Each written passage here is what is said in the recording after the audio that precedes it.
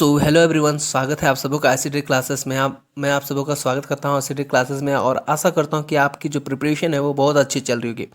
आज बेसिकली हमने तो सिलेबस देख ही लिया है, लेकिन आज हम लोग डिस्कस करने वाले हैं कि क्या क्या स्पेशली पढ़ा जाए आपके इस सिलेबस में ताकि आप मैक्सिमम मार्क्स गेन कर सको।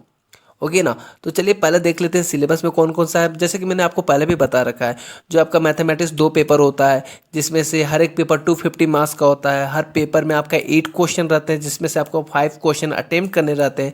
हर क्वेश्चन जो आपका रहता है वो 50-50 मार्क्स का रहता है और हर क्वेश्चन आपका कई सब क्वेश्चन में डिवाइड रहता है। तो आप कौन कौन सा टॉपिक पढ़ के आप मैक्सिमम मार्क्स गेन कर सकते हो काफ़ी कम टाइम में। देखिए, अगर आप लोग मैथमेटिकल बैकग्राउंड से नहीं है फिर भी मैं आपको डिस्कस करूंगा कि आप किन किन टॉपिक को आपको पढ़ना चाहिए अगर आप मैथमेटिकल बैकग्राउंड से नहीं हो तो। देखो, सबसे पहले जो आपका मैथमेटिकल्स जो पेपर 1 है उसमें जो आपका सबसे इजी टॉपिक है वो वेक्टर एनालिसिस है।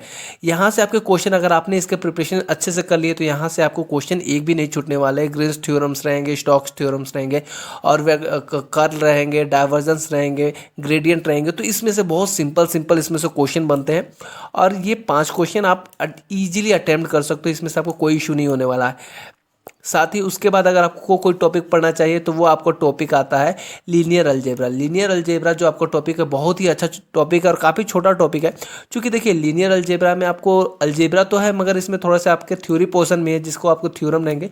तो काफ़ी छोटे छोटे थ्योरम और ईजी थ्योरम है, तो आप उसको अच्छे से कर सकते हो। उसके बाद जो आपको देखना चाहिए वो आप एनालिटिकल ज्योमेट्री देख सकते हो। देखिए, जो आपका डायनेमिक्स, अगर आपका मैकेनिकल ब्रांच नहीं है, आपका इंजीनियरिंग ब्रांच नहीं है, तो मैं कहूँगा, आपको सजेस्ट करूँगा कि डायनेमिकल जो आपका स्टैटिक्स है उसको आप टच मत करो, क्योंकि इसका जो टॉपिक है बहुत वास्ट है और काफ़ी टाइम टेकन हो सकता है। आप अगर इसमें से अगर जो आपका 6 बुक है, अगर 6 बुक में से अगर आप 4 टॉपिक में भी कमांड कर लेते हो अच्छे से, तो आप बहुत अच्छा मार्क्स गेन कर सकते हो। ऑब्वियसली 350 प्लस आप ला सकते हो टोटल मिला के। देखिए, आपने कर लिया वेक्टर एनालिसिस, कर लिया लीनियर अलजेब्रा कर लीजिए। उससे अगर कोई इजी टॉपिक अगर मैं बोलना चाहूँगा तो वो आपका कैलकुलस का टॉपिक है। ये थोड़ा इजी टॉपिक आपको पड़ेगा। एनालिटिकल ज्योमेट्री तो आप कर ही लेना, इससे बहुत अच्छे अच्छे क्वेश्चन आते हैं, ज़्यादा हार्ड क्वेश्चन नहीं रहते। अगर मैं आपको सिलेबस लेके चलूँ, अगर दिखाते चलूँ, तो देखिए आपका लीनियर अलजेब्रा में आपके जो टॉपिक है वो वेक्टर स्पेस से है और यहाँ से आपको बहुत इजी क्वेश्चन, बस कॉन्सेप्ट है, आप कॉन्सेप्ट बस गेन कर लो, आपका हो जाएगा। लीनियर डिपेंडेंस एंड इंडिपेंडेंस है, जो उसके 2-3 कॉन्सेप्ट होते हैं, बस उसी में आपका हो जाएगा। सब स्पेस किसे कहते हैं, ओके, सब स्पेस कैसे निकालते हैं, बेसिस, ये सब आप निकाल सकते हो। फिर आपको मैट्रिक्स के बारे में पता होना चाहिए। मैट्रिक्स के जितने भी इन्वर्स निकालना है, सॉल्यूशन निकालना है मैट्रिक्स के थ्रू, आइजन वैल्यू निकालना है, आइजन वेक्टर निकालना है, रैंक निकालना है, स्क्यू मैट्रिक्स है, सिमेट्रिक मैट्रिक्स है, हर्मिल्टन मैट्रिक्स, मतलब आपको मैट्रिक्स पूरा कर जाना है। जो आपको 12 में भी पढ़ा होगा और ग्रेजुएशन जब आपने किया होगा अगर मैथमेटिक्स होना से, तो आपने इसको जरूर पढ़ा होगा। तो काफ़ी ये जो टॉपिक आपका बनेगा वो काफ़ी इजी टॉपिक और काफ़ी मार्क्स गेन करा देगा। यहाँ से आपके क्वेश्चन किसी भी कीमत पर नहीं छूटेंगे अगर आपने इसके प्रिपरेशन, और इसको ज़्यादा प्रिपेयर करने में आपको टाइम भी नहीं लगेगा। मोस्टली अगर आपको कम से कम समय भी दे रहे हो तो आप 15 दिन में इसको ईजिली आप कवर कर सकते हो पूरा का पूरा टॉपिक, और आपको समझ में भी आ जाएगा। ओके, नेक्स्ट टॉपिक हम लोग देख लेते हैं। जो आपका नेक्स्ट है कैलकुलस। कैलकुलस में देखिए आपका मेनली आ जाता है ना real number, functional of real number. मैं तो देखिए अभी क्लास नहीं ले पा रहा हूँ किसी कारण से। अगर हो पाता तो मैं आपका क्लास जरूर लेता, क्योंकि मुझे समय नहीं मिलता है, इस कारण मैं क्लास नहीं ले पा रहा हूँ। लेकिन फिर भी अगर आप कैलकुलस जो कर रहे हैं उसको करने के लिए ये भी बहुत, देखिए अगर आपने 12 मैथमेटिक्स किया तो मैक्सिमम एंड मिनिमम है ना, यहाँ से डायरेक्ट क्वेश्चन आते हैं। जो आपको 12 में क्वेश्चन आते थे ना बोर्ड में कि मैक्सिमम वैल्यू निकाले और मिनिमम वैल्यू निकाले, तो वहाँ से डायरेक्ट क्वेश्चन 10 मार्क्स के क्वेश्चन आ जाते हैं। तो ये टॉपिक भी काफ़ी आपके ज़्यादा अपने खुद में आपको लिमिट पढ़ना है, कंटिन्यूटी पढ़ना है, डिफरेंशिबिलिटी पढ़ना है, मीन वैल्यू थ्योरम। तो ये आपके बहुत ही ईजी टॉपिक है, इसमें आपको कोई भी डाउट नहीं होना चाहिए। हाँ, कुछ बहुत जो क्वेश्चन रहते हैं वो आपके जो स्पेशल डेफिनेट इंटीग्रल और इनडेफिनेट एंड इम्प्रॉपर इंटीग्रल रहते हैं, यहाँ से कुछ स्पेशल क्वेश्चन आते हैं। वो भी अगर आप बुक प्रिफर करते हो किसी भी बुक का, वहाँ से अगर आप स्पेशल जो इंटीग्रेशन है उसको अगर 2-3 बार प्रैक्टिस कर लेते हो ना, तो वो भी काम आपका हो जाएगा। जो आपको दिक्कत आने वाले हैं वो डबल एंड ट्रिपल इंटीग्रल में आने वाले हैं, जिसमें आपको जो लिमिट रहता है उसको चेंज करना पड़ता है, एरिया सरफेस वॉल्यूम निकालना पड़ता है। तो इसमें आपको थोड़ा सा दिक्कत इसमें आ सकता है कर्व ट्रेसिंग में। लेकिन अगर आप एक बार इसको समझ जाओ तो आपको सारे क्वेश्चन ईजी हो जाने वाले हैं इसके थ्रू। मीन वैल्यू थ्योरम आपका एक थ्योरम रहेगा, साथ ही आपको एक फॉर्मूला निकलेगा, आप उसके थ्रू क्वेश्चन सॉल्व करना है। बहुत सिंपल सा क्वेश्चन है। अगर आपको a² + b² का फॉर्मूला पता है तो आप ऑब्वियसली उसका आंसर निकाल सकते हो ना। तो बस वही है मीन वैल्यू थ्योरम, इतना ही इजी, इसी टाइप में एक कॉन्सेप्ट है। नेक्स्ट अगर टॉपिक बात करें एनालिटिकल ज्योमेट्री, तो ये जो आपका है वो पूरा का पूरा ज्योमेट्री का बेस पे है, जो आपने 12 में पढ़ रखा होगा, और कुछ बहुत ग्रेजुएशन के भी पोर्शन है। इसमें आपको शॉर्टेज डिस्टेंस आना चाहिए, डायरेक्ट लाइन दे दिया जाता है, लाइन दे दिया जाता है, प्लेन दे दिया जाता है, उनके बीच में शॉर्टेज डिस्टेंस निकालने बोलता है, उसका टेंजेंट निकालने बोलता है।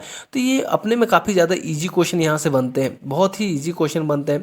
प्लेन से लेके और स्ट्रेट लाइन से लेके सिंपल टू पैरेलल लाइन के बीच के शॉर्टेज डिस्टेंस निकालने को आ जाते हैं, पॉइंट से रिलेटेड क्वेश्चन आ जाते हैं। तो ये काफ़ी ज़्यादा इसमें भी आपको क्वेश्चन बताते हैं। तो ये क्वेश्चन, ये टॉपिक तो आप किसी भी तरह करके इस टॉपिक को छोड़ना नहीं, क्योंकि यहाँ से आपको अच्छे खासे मार्क्स गेन होने वाले हैं। नेक्स्ट टॉपिक जो आपका रहेगा वो है ऑर्डिनरी डिफरेंशियल इक्वेशन। देखिए इसमें होता क्या है ना, कि आप कितना भी प्रैक्टिस कर लो, अगर आपको एक वे पता है, अगर जो भी थ्योरम है, जो भी इसका कॉन्सेप्ट है, फर्स्ट डिग्री ऑर्डर निकालने का, फिर उसका क्लायरूट फॉर्म है, फिर सिंगुलर सॉल्यूशन है, जो अगर आपको इसका फॉर्मेट पता है ना, तो आप क्वेश्चन डील कर सकते हो। ये तो मैं कहूँगा कि आप लास्ट में टच करो, क्योंकि यहाँ पर कुछ कुछ आपके कॉन्सेप्ट के साथ साथ थ्योरम भी रहते हैं। जैसे कि देखिए बहुत सारे इसमें थ्योरम भी है, आपको उसको भी पढ़ना पड़ेगा, उसको भी, क्योंकि कई बार एग्जाम में डायरेक्टली थ्योरम दे दिया जाता है और थ्योरम से क्वेश्चन पूछ दिया जाता है। साथ ही देखिए, तो इसमें अगर इंटीग्रल पार्ट बोले तो ये देखिए लैप्लास है, इनवर्स लैप्लास है, तो यहाँ से आपको डायरेक्ट क्वेश्चन डील कर सकते हो आप ये सब टॉपिक। अगर आप ये टॉपिक, तो मैं कहूँगा कि आप लास्ट में उठाओ, लास्ट में नहीं, सेकंड लास्ट में आप ये टॉपिक उठाओ, और इस टॉपिक में आप कुछ छोड़ो, तो अगर ऊपर वाला छोड़ भी दे रहे हो तो कम से कम लैप्लास से इधर वाला कर लेना, क्योंकि यहाँ से क्वेश्चन अच्छे खासे बन जाते हैं। आपको डिफ्रेंसिएशन अच्छे से आना चाहिए। और ओडीई में बात करें तो 5-6 तो कॉन्सेप्ट है, 5-6 फॉर्मूला है, 5-6 फॉर्म रहते हैं, उन्हीं फॉर्म में आपको चेंज करना रहता है। तो ये भी काफ़ी ज़्यादा ईजी है, अगर आप एक बार फॉर्मेट को इसको चेक कर लो। लेकिन अगर आपको उतना टाइम नहीं मिल पा रहा है तो आप इसको बाद में भी देख सकते हो। जो आपका नेक्स्ट टॉपिक आता है ये डायनेमिक एंड स्टैटिक्स। अगर आप मैकेनिकल के ब्रांच नहीं हो, अगर आप इंजीनियरिंग ब्रांच के स्टूडेंट नहीं हो, तो आप इस टॉपिक को टच मत करना। मैं कहूँगा टच मत करना। ऐसा नहीं है कि पॉसिबल नहीं है कि नहीं होगा, लेकिन बोलूँगा कि टच मत करना, क्योंकि अगर इसको टच कर दिया तो पूरा का पूरा हो जाएगा भाई सत्यानाश।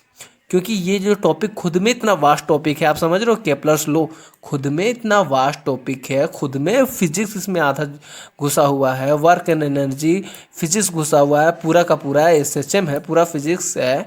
तो ये आपको काफ़ी ज़्यादा प्रॉब्लम क्रिएट करेगा। तो इस टॉपिक को आप सबसे लास्ट में करना, अगर आपके पास टाइम मिल जाता है तो। बाकी आप जो 5 टॉपिक है उनको कर लो, आपका काम हो जाने वाला है। आप बस इतना टारगेट करो कि बाकी सबको, अगर आप हर टॉपिक को आप अच्छे से पढ़ लेते हो ना, तो आप ऑब्वियसली 200+ मार्क्स कर सकते हो। ओके, नेक्स्ट आप बात करते हैं वेक्टर एनालिसिस का। ये टॉपिक है काफ़ी ज़्यादा इंपॉर्टेंट। ये टॉपिक आप पूरा कर लो, कोई दिक्कत नहीं आने वाली। इसमें भी आपको लगेगा ना कि 10 दिन में आप ये टॉपिक पूरा का पूरा, 10 दिन में क्या बोल रहा हूँ, कि अगर आपने इसे 7 से 8 दिन भी अगर आपने पढ़ लिया, इसको समझ लिया चीज़ों को, तो ये आपके लिए काफ़ी ज़्यादा ईजी टॉपिक है। क्योंकि आपको वेक्टर का मल्टीप्लिकेशन आना चाहिए, एडिशन आना चाहिए, सब्सट्रैक्शन आना चाहिए, साथ ही जो प्लेन वगैरह को जो आपका वेक्टर फॉर्म में चेंज करने आना चाहिए। ग्रीन थ्योरम से स्टोक्स थ्योरम है, इन दोनों को बस आपको पता रहना चाहिए। फिर आपका टोरिजन एंड कर्वेचर देख लेना। अब जो इसका जो एप्लीकेशन है ना, मैं आपको वो देख लेना, बाकी तो आपको इजी से हो जाने वाला है, क्योंकि इसमें कोई दिक्कत ही नहीं आने वाली है। वेक्टर है जो आपको सिंपल कैलकुलेशन, जो आपको 1+2 3 होता है, उसी तरह का इसमें कैलकुलेशन है, काफ़ी ज़्यादा ईजी है। बात करते हैं पेपर 2 में। पेपर 2 में आपका जो टॉपिक है वो कौन कौन से अलजेब्रा है, रियल एनालिसिस है, कॉम्प्लेक्स एनालिसिस है, लीनियर प्रोग्रामिंग है, partial differential equation, numerical analysis and computer programming. तो देखो मैं आपको बता देता हूँ कि यहाँ से आप अगर अगर कम से कम अगर आप 15 दिन केवल पढ़ोगे ना, तो कितो भी कम अगर आपका मार्क्स जाएगा ना, तो 150 मार्क्स आप ला सकते हो। मैं बताता हूँ, आप ये टॉपिक पढ़ लो, numerical analysis and computer programming. यहाँ से आप पढ़ लो, क्वेश्चन एक भी नहीं छूटेगा, एक से एक क्वेश्चन नहीं छूटेगा। आपको बस पता होने चाहिए फॉर्मूलाज, आपको प्रोसेस पता होने चाहिए सॉल्व करने के। साथ ही कंप्यूटर प्रोग्रामिंग में जो आपको कुछ बहुत इंपॉर्टेंट प्रोग्राम रहते हैं, साथ ही बाइनरी को चेंज करना, किसी डेसिमल में चेंज करना, तो ये सब कॉन्सेप्ट है छोटे मोटे। बस आपको ये कर लो, numerical analysis and computer programming आप ज़्यादा से ज़्यादा 3 दिन में कंप्लीट कर सकते हो। इतना मतलब ईजी टॉपिक है ये। फिर साथ में आप बात कर सकते हैं, तो अगर आपको लेना है तो लीनियर प्रोग्रामिंग ले लो। 5 6 7 8 ऐसे कुछ प्रोसेस होंगे, आप उन प्रोसेस को कर लो काफ़ी इजी टाइम में, काफ़ी कम टाइम में। ये भी आप 3-4 दिन में कर सकते हो, ज़्यादा टाइम नहीं लगेगा। तो बहुत इजी टॉपिक है इसमें। इन दोनों टॉपिक को आपको कर लो। फिर उसके बाद आप करना है तो आपको रियल अलजेब्रा का पोर्शन कर लो। उसके बाद आप सबसे लास्ट में तो आपको इन सबको देखना, पार्शियल डिफरेंशियल इक्वेशन और रियल एनालिसिस। चलिए देख लेते हैं, सिलेबस के साथ साथ हम लोग देख के चलते रहते हैं ताकि एक अच्छी अंडरस्टैंडिंग रहे। अलजेब्रा का ये जो पोर्शन है काफ़ी थ्योरिकल पोर्शन है, और आप इसको अगर पढ़ोगे तो एज ए स्टोरी जैसे आप पढ़ लो बहुत अच्छे से हो जाएगा, कोई दिक्कत नहीं आने वाला है। जिस तरह आप ग्रुप पढ़ोगे उसी तरह आपका रिंग भी रहेगा, है ना, सब ग्रुप रहेगा, उसी तरह सब रिंग रहेंगे, आइडियल्स रहेंगे, होमोमॉर्फिज्म इसका पढ़ोगे रिंग का, उसी तरह आपको ग्रुप के भी होमोमॉर्फिज्म पढ़ने हैं, Euclidean domain and unique factorisation domain में पढ़ने हैं, दोनों के पढ़ने हैं आपको।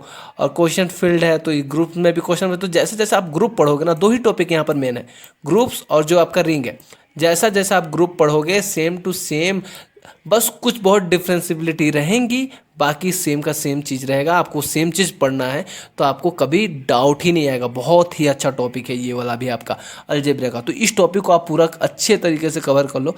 बाद में आपको रियल एनालिसिस आता है, तो रियल एनालिसिस में आपको पढ़ना है, कुछ चीज़ें वास्ट है इसमें, थ्योरिकल पोर्शन आपको लग जाएंगे। आपको बस एक अंडरस्टैंडिंग चाहिए जिसमें सीक्वेंस है, limit of the sequence, quasi sequence, आप इसको लास्ट में भी कर सकते हो ये जो टॉपिक है, क्योंकि ये थोड़ा सा वास्ट है। अगर आपको मैथमेटिकल की अच्छी अंडरस्टैंडिंग नहीं हो पाएगी तब तक आप इसको अच्छे से नहीं समझ पाओगे।